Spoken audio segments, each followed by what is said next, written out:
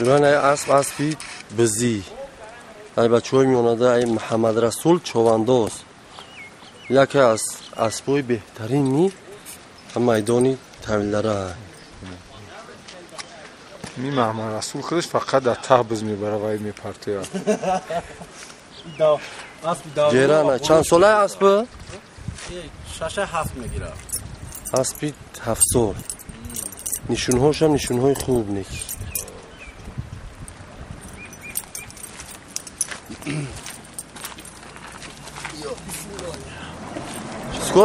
скорость чам скорость خوبه نیک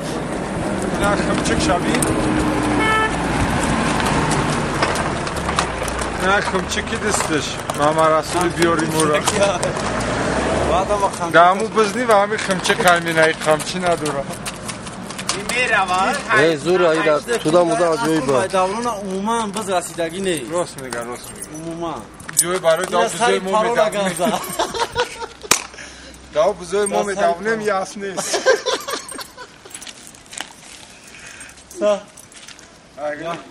امی ساری سای جال بولو یا گمون از پولی داریو کاگی نیست اوه بهترین اسب خوبه خیلی بچه‌کوی کانال اسپی توجیکستان پاکستان که در این کانال بهترین اسب رو با پیشکش تماشا کنید مالی خوب و قبرغش هم خشری جورا خبرگاش هم خوب چند تا باید باشه او عجبای تو ای خبرگاه مرد جوش نه عجایبه خشری ها شما خشری داره جانور نگه من نه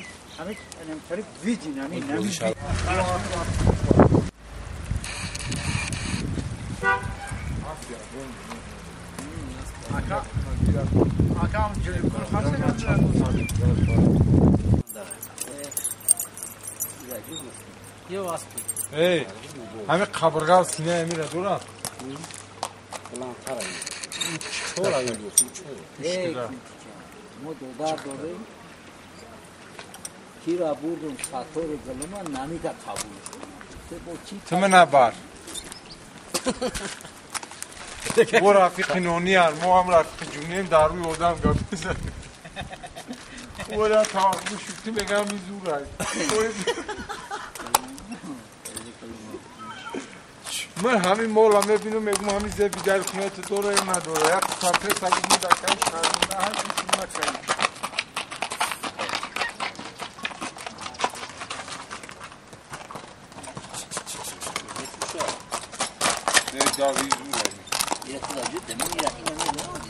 بچه دبزو نمیدی دیمی اسبا رنگ از سایم دینم هم استریکتره اما من فیگوره همیه ما آدم دیگون برزلی دانش نه نه با قوت ای بیوره ای اسب دیگه شیف تیساس بیور فشام میشه دیگه هم